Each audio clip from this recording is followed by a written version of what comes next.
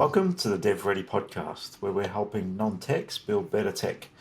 Today, we're joined by Dr. Yong Hsin Ning from the Biz Lab, and I really appreciate her coming out and sharing the journey that she's been on to date with her co-founder, Yvette, and talk about how they're trying to drive change and improvement in accelerators and incubators to drive more success rates in founders and startups. Thank you for joining us. Thank you, Andrew. Now, tell me a bit about you. So it's always important for the listeners out there to understand who you are, your background, and how you got to the Biz Lab. So I'm Dr. Yong Hsin Ning, and I'm currently based in Singapore. Hot and humid now. Yes, it's very hot and humid. Opposite to Melbourne. Melbourne's cold and gloomy, and the heater's full, going full blast.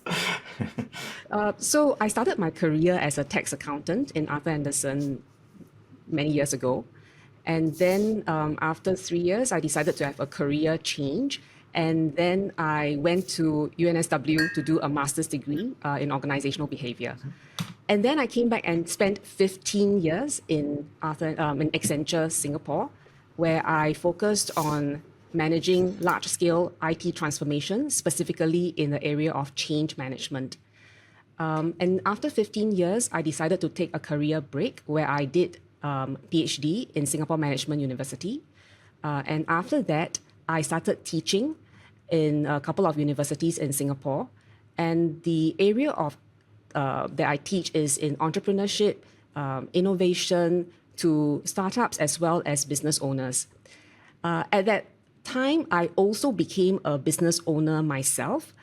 So I co-founded the Biz Lab with Yvette, who is my partner in crime. This company called the Biz Lab is focused on helping incubators and accelerators elevate startup outcomes using data insights. So from a data insight perspective, let's dig in a little bit there, because it's also important to understand how that might come together. You mentioned you've got some tools behind this that also support the ecosystem and the accelerators and incubators. Yeah. So the Biz Lab has got 3 tools, and later on we'll talk a little bit of what are the roles of these 3 tools. So the first tool that we have is a very fun diagnostic tool called the Startup Zodiac. So this Startup Zodiac is a tool which allows founders to get some sense of startup realism.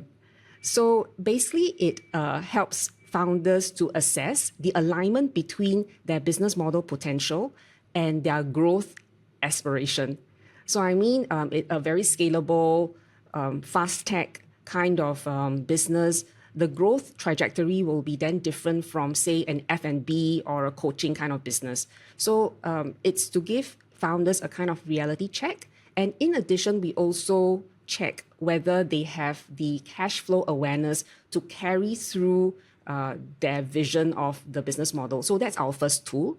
And startups as well as incubators and accelerators can use that. So incubators and accelerators can use that for segmentation purpose of their founders. The second tool that we have is called the Quick Look Cash Flow and Valuation tool. So basically this tool is a structured way for startup founders to create and develop their strategic cash flow projections. So we have key insights and ratios that investors typically look out for. We also show sensitivity analysis because a lot of founders have confidence bias. So they will think that their baseline case is the only case that will happen. But generally, it's not. So we have sensitivity analysis. Yeah, as founders, we're always in a positive light, right? So everything's going to work out, but you need to understand that not everything's going to go to plan sometimes. We need a plan B, C, and D sometimes. Yeah, we always need. I don't think that there is any business that started and progressed in the original way that it was conceived. Yeah, if people haven't started a business, you don't understand that reality. You're always flying by the seat of your pants, as they might say, and changing things as you go. And it's evolving. Business models change, customers change, needs change, even your customer target might change. Everything can iterate. Your core product could change. So there is a lot in that we need to think about when you're starting a business. Yeah. And actually, that's a good segue to the third tool, which is called a growth simulator. So, because there can be many scenarios to drive growth, so this tool really itemizes the parameters of growth, like your cost of customer acquisition, what's your retention profile, etc. And it allows the founders to do a paper exercise and kind of de-risk even at an early stage and kind of think through what scenarios they want to have to drive the growth. So Growth Simulator actually complements the quick look cash flow and valuation tool in terms of building out a game plan for the founders before they kind of hit the road. So, in terms of those tools, you're mostly focused at founder levels.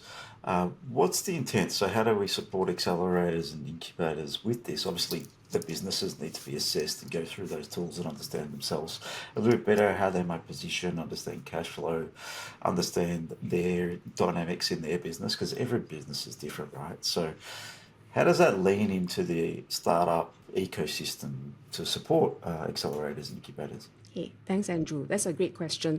So I'm going to take a step back and share a little bit about how we even stumbled upon this business in the first place and what is our aspiration.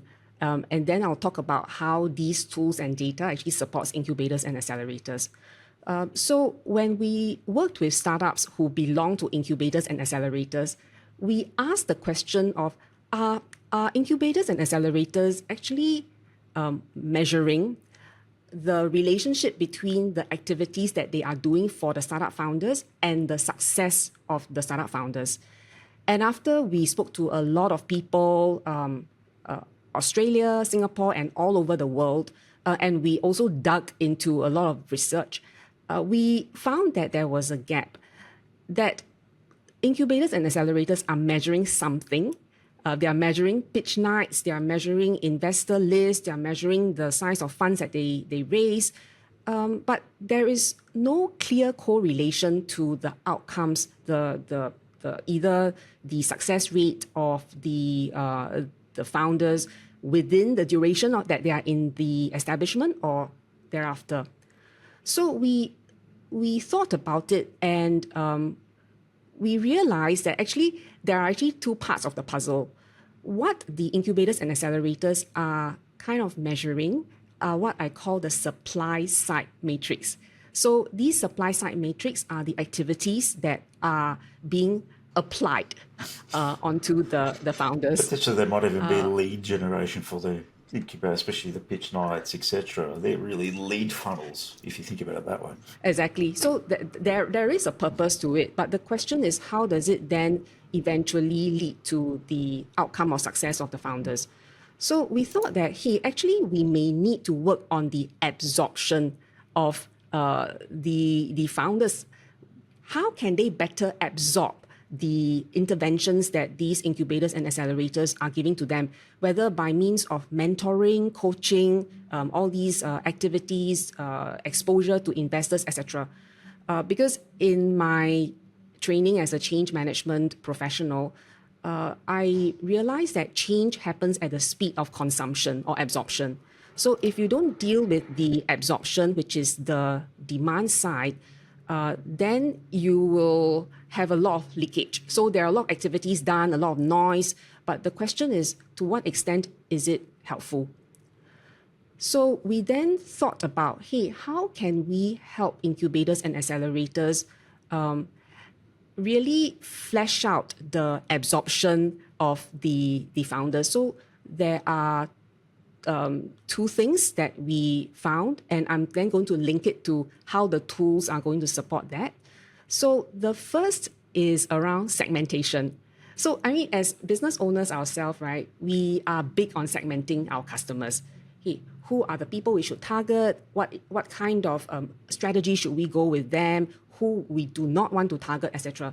So likewise, we are suggesting that incubators and accelerators segment their startup founders, and they could use our tools, they could use other people's tools, but basically is to have clarity of who they are working with so that they can apply the correct or tailored interventions to these startup founders.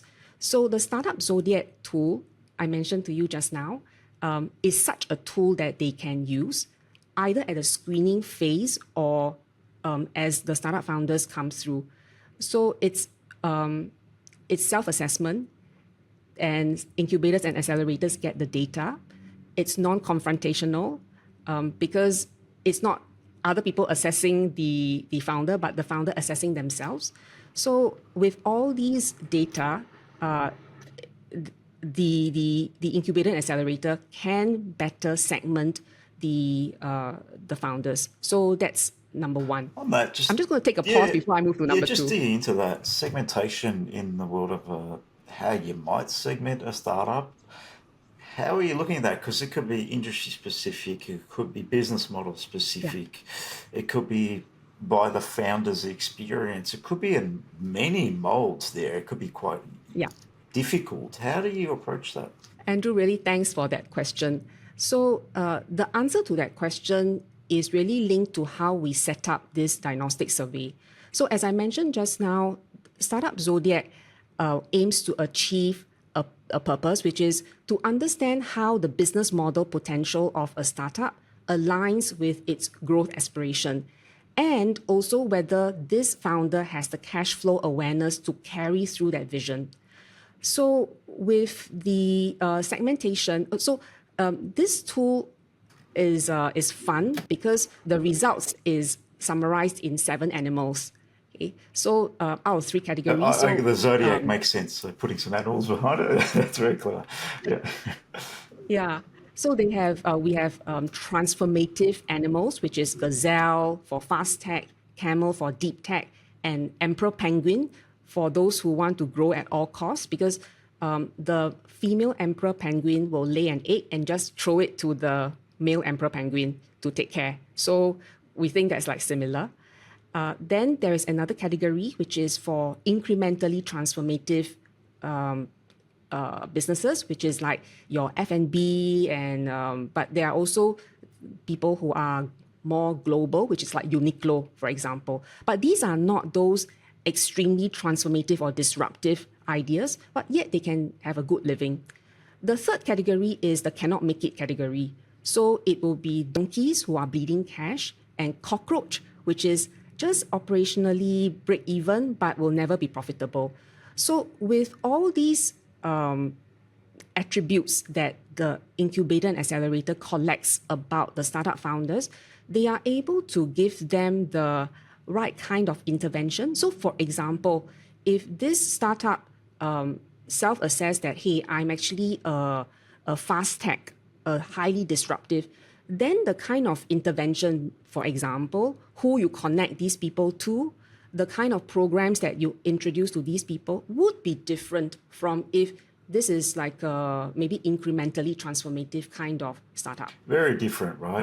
If you're looking, especially at capital side, the capital is going to be different. The person having a conversation is going to be different. Exactly. I like how you said cash flow awareness in the conversation, because likelihood they don't have the cash right now, so need to be aware of what we might need along the journey, because it is a journey, and if we don't really understand what it could look like or how we're going to fund it, it becomes quite problematic. We hit a roadblock, and then where do we go from there? So the cockroach, though, the donkey, you don't want to be rated there. So if you're in that sort of business, it's potentially maybe let's look at something else. Yeah, exactly. So it's important for us to understand the commercials implication upfront, because otherwise we will be spending a lot of time and energy and even emotions. And then in the end, we realize, hey, actually, it's not something viable, but maybe we could have known it earlier. Yes. So that was kind of that intent that we wanted to have for the startup founders. But the incubators and accelerators can also use this to apply more targeted intervention on the founders that come their way. That makes sense. In your finding of discussions with incubators and accelerators, do they lean on this anyway in terms of we're looking for this particular type of business, or do they generally support a vast variety and they're not really segmenting quite well, which you found as a problem? Most of the incubators and accelerators we speak with and work with already have their own methodology of how to screen applicants. So we are in conversations with some startup venture studio to incorporate the screening of the applicants using the startup Zodiac. But the more established incubators and accelerators find it very difficult to incorporate that at the screening stage. However, these institutions are then incorporating this startup Zodiac in the education part. So as they educate the startup founders, startup realism, what are the different kinds of business and what are the expected growth trajectory, then we will introduce the tool and collect the data at that point in time. That makes sense because, sometimes changing the onboarding process can be a bit more tricky and difficult, and how do they assess within the bigger scheme of things. So bringing it into education is important for the founder to realise that potentially we got the wrong model and we need to think about it differently depending on what we're targeting, what we're trying to achieve. Yeah, and I think the challenge that we also face when we interact with the incubators and accelerators is information asymmetry. So they need to have a very good reason of why they need to adopt our tools. And we also need to show them the data to convince them that, hey, actually, there is a lot of value. And it really positions them well to justify the value add that they are putting on for the startup founders, the supply side. Yeah, because you need to be adding value to the founders. If you're not, then what's the point of the whole exercise? It becomes a learning exercise, and what are we getting from it from a founder perspective? So that's important for everyone to know that we are delivering value and we are hitting the right mark in terms of the accelerators and incubators. A question for you. Along your journey, what sort of this is success rates of accelerators and incubators? I only from hearsay have heard different opinions about going through these sort of processes. What have you found within the accelerator and incubator, the success rates of founders coming out of there? Okay, based on literature, as I mentioned, the verdict is still out there. I think based on my personal experience, the journey is still very, very, very long for founders if they went through it at the early stage. So a lot of founders, because they need help, workspaces, they need the assistance program, funding from government, etc. So they found themselves in these incubators and accelerators. The programs give them a good foundation, but based on my personal experience, actually, the resilience of the founder and the motivation of the founder to really make something out of that business, I think is critical. Like we said earlier, business is a long, long journey, and if you don't have resilience or willing to stick to it for years, not months, it's not going to work. That's the reality. So if you're going into an incubator thinking you're going to try something for a few months in between a job, don't bother. That's my opinion. You're probably just wasting your time. You need, like you said, some resilience and some passion behind the project to really drive you, because it's not going to be easy.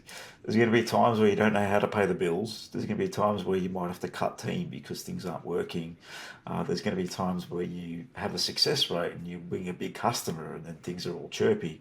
And then there's going to be times where you lose customers and things aren't going in the right direction. Competitors are going to come on board. There's so many things that are going to be impacted. It's a business in the end that anything can go wrong. And 90% of businesses fail effectively. And if you're in a tech startup, that's probably even higher. It's a challenging space. So like you said, resilience, and the founder becomes more of the founders, co-founders become more attached to what the success might look like rather than a program that's going to educate you. That's my thoughts as well. But it's really the person behind that's driving it. Yeah. And therefore, when I work with all these incubators, accelerators, and the founders that come through the program, I feel that we can do a little bit more, as I mentioned earlier, to increase the absorption rate. Because the incubators and accelerators will be one of the few establishments that forms a longer and more sustained touch point to the founder. So it is important that they play a role of educating the startup founders as much as they possibly can, because I mean, you can't have too much too soon. So as much as they possibly can at that stage, so that the founders are equipped with the right tools and the right mindset as they progress in their journey. So when the interesting feedback that I always get when we talk to startups and the incubators, they'll be like, oh, numbers, we don't talk about numbers too early because it's still early stage. We're talking about product market fit.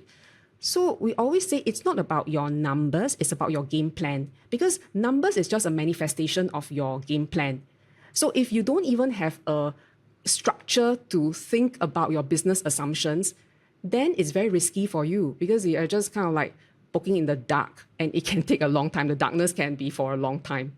And you need a plan, and you got to try and execute that plan too. Like if you're getting to a point where you can product market fit, yes, but then we're going to throw some pricing models at people and test if people are willing to buy. There's different layers to that, so you have to test. You can't just sit and assume forever as well. So it's more testing in my mind. The more incrementally testing we are on every facet of it, from a business model, from the product market fit, from the people, from everything, you need to be continuously testing and evolving. I think this is what you said triggered another thinking about a common feedback that we get. So a lot of the incubators and founders also say, yeah, we're focused on testing and product market fit. I actually push them to think about it one step more, which is even if you had product market fit, what is your go-to-market strategy? It's like you have a choice of B2C, B2B, B2B2C, etc. What is your choice? And I think a lot of that then boils down into, okay, so what may be the commercial implication of choosing the various segment? And we definitely want to choose one that has maybe a higher chance of, Success rate, yeah, we're trying. Yeah, we want to be successful, right? So, what's going to be the easiest to get to yeah, market? B2C, you might need more marketing, advertising dollars. B2B, yeah, slower buying cycle, and then you might have partner networks that you're going to drive this through. So, there's many different models, and you might have to implement multiple of them, but you can't start with multiple at the yeah. start anyway. You got to stick with one for a bit, test it, evolve it, and keep going. Yeah. So no, exactly correct. So I think it's having that big picture view of, okay, this is my lean experimentation. I'm going to test out this market and I'm going to test A, B, C, D of this market. Whether it works, doesn't work, let me go to the next one. But they can't just be testing in the blind. There needs to be clarity of what they are looking out for. Commercially, how big the market size should be, what should be the rough cost of customer acquisition in order for them to be sustainably profitable. So I think all these questions need to be addressed or be planned to be addressed as they go through the exercise. So this is also what I mean earlier in terms of if we have a structured way for them to think through this through means of the quick look cash flow tool, through the growth simulator, then at least there's a boundary for them to think about. Otherwise, it's very daunting for the early founders, right? To say, oh, I already have product market fit testing and stuff up till my neck, right? Yeah. I don't want to deal with numbers. So we just want to make it easy and friendly for people to understand this. Yeah, and I've felt that. So I've been in business for 16 years, to give you a context. It's mostly a development consulting business that we operate. But then we run a SaaS product in pharmacy that took us probably 3 to 4 years to get traction and proper traction in the Australian market. So, and it takes time to get what's the product fit, what's the direction, who you integrate with. These are other questions to actually Yeah. drive more channel partners, etc. So all these come up, and if you can think about them earlier, it probably saves you a couple of years, right? The earlier you can think about these, the better. And as you go through incremental improvement in business, you might come up with new products. So we're just launching a new product at the moment and going through similar things like, how do we drive this? Do we commercialize it? Do we keep it internal? There's a lot of thinking from a strategy perspective. Yeah, definitely. So, in terms of the data that you're looking to capture, I imagine if you can scale the concept of what you're doing out into a big marketplace, which includes 100 plus accelerators, incubators, that will be a nice number probably to target. Maybe 20 to 30 might give you a nice little mass number to get real insight as to what the products are doing and the data is. What's your intent with that data? How might you actually support the accelerators and incubators to make better decisions or to support their founders with the absorption? I think that's quite important and powerful. Are they absorbing what we're putting to them? Are we too future focused? Where is it we're landing for our people, and are we supporting them? How is that coming together? What's the thinking there? I can answer this question in two parts. I call it micro and macro. So at the micro level, it's really how does it affect the startup itself? So if I have the profile data of the startup, if I have the strategic cash flow, I have sensitivity analysis, I have the key ratios that investors look for, I have the return on investment. If I, as a mentor, has all these information about the startups, I can then provide actually quite targeted kind of intervention. And, then I can advise the startups to say, okay, so in your next lean experimentation, what do we need to look out for? So all these data, because they are already in a structured fashion, so it's very easy for the incubators and accelerators to use them to give tailored intervention. So that's what I call the micro. If we kind of have 30, 40, 50 incubators and accelerators doing that, we can roll up the data to an ecosystem level. So we can do benchmarking, so we can understand, okay, what kind of interventions actually work better for what kind of startup founders. We can also learn from each other better in terms of best practice.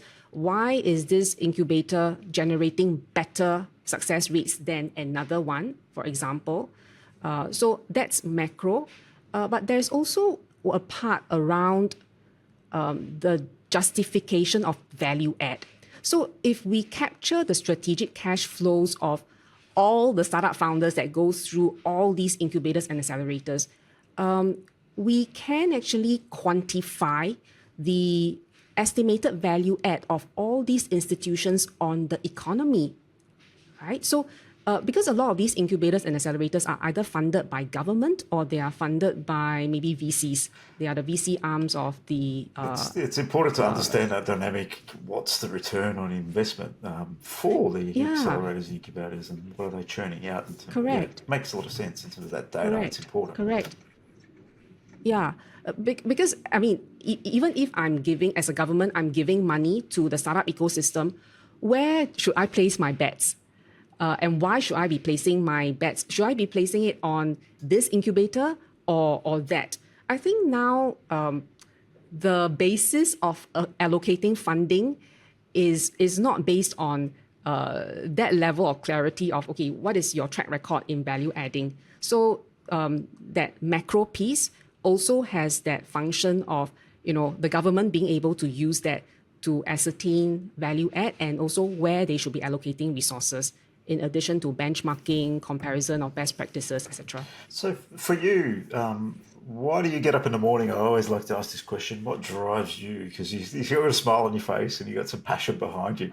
What drives you to make this change and want to support the ecosystem around startups? And effectively, you're supporting startups in the end and people that are starting business and ventures. The accelerators and incubators are a vehicle to get them through and actually maybe potentially have a more successful experience, which is why you're trying to help.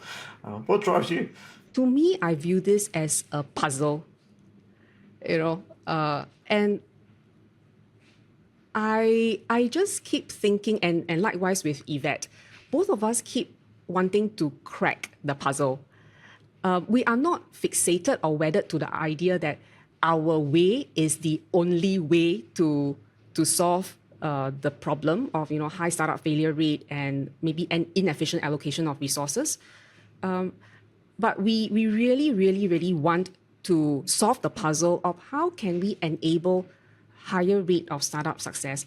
Because it is, to me, mind-boggling, right, that we have such a high startup failure rate. But it's of course because the nature of new businesses is that there's uncertainty. So there will be failure It's rate, always going to be that, undeniably. definitely, yeah. That's always going to be Yeah, there. yeah. But can the situation be improved if we are able to collect data that makes sense, quality data, good data that helps us make better decisions? And now with the technology ripening with AI, can we do more with that? So that's what drives me in the morning. I mean, I really want to crack this puzzle in the way that we feel is best suited. Makes sense. What does success look like for the Biz Lab? What does that mean? What is success for you? What's the target you're working towards? So just now I mentioned micro and macro. So we already have some traction with incubators and accelerators, and we have tested out the micro level. So we know that works well. Our aspiration is to actually penetrate more geographical markets so that our macro vision can be realized.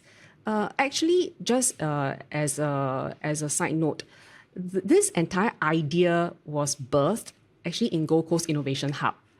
So Well, there many you go. years So you're back, part of an innovation accelerator incubator. Yes. Yeah. yeah, yeah. So actually, so Yvette, we worked with Sharon, and actually she has a lot of foresight, and a lot of these ideas were a result of working with her. So we also so she Innovation Hub is a good example that actually the macro vision can be realized, but it has no impact if it is just one or two incubators and accelerators doing the work. The real power will come when actually there's a lot of these incubators and accelerators collecting similar data so that we can have better insights across the whole ecosystem. So that's our aspiration. The goal, rise all boats. So help everyone. You have a better ecosystem, Yes. drive more innovation across countries, the globe, so we can become better in Yeah. different areas. Because, yeah, globally, I think we've been focused on commercial dollar, and that's what most things are thing. But that's starting to shift, and founders starting to change, and there's a lot of organisations that are out there for good, and all these practices. And how do we drive that innovation? Because that's important too for all of us. So, how do we help everyone succeed? There's plenty of room. There's plenty of room out there, so Yeah. it's important. So, it really Yeah. insightful as to where you're going and what you're trying to achieve. Dr. Yong Hsin Ning, I really appreciate you joining us on the DevReady podcast and sharing everything about the Biz Lab. Hopefully that's been a lot of value for our listeners because there was some great insights just for founders. If any founder wants to reach you directly, could they reach you directly and start utilizing these tools? I think there's some great value. And if there's any accelerators and incubators listening out there, it might be worth a conversation. So they can reach us at our website, www.thebizlab.io. Sorry. www.thebizlab.io. Just so everyone. Yeah, that's right.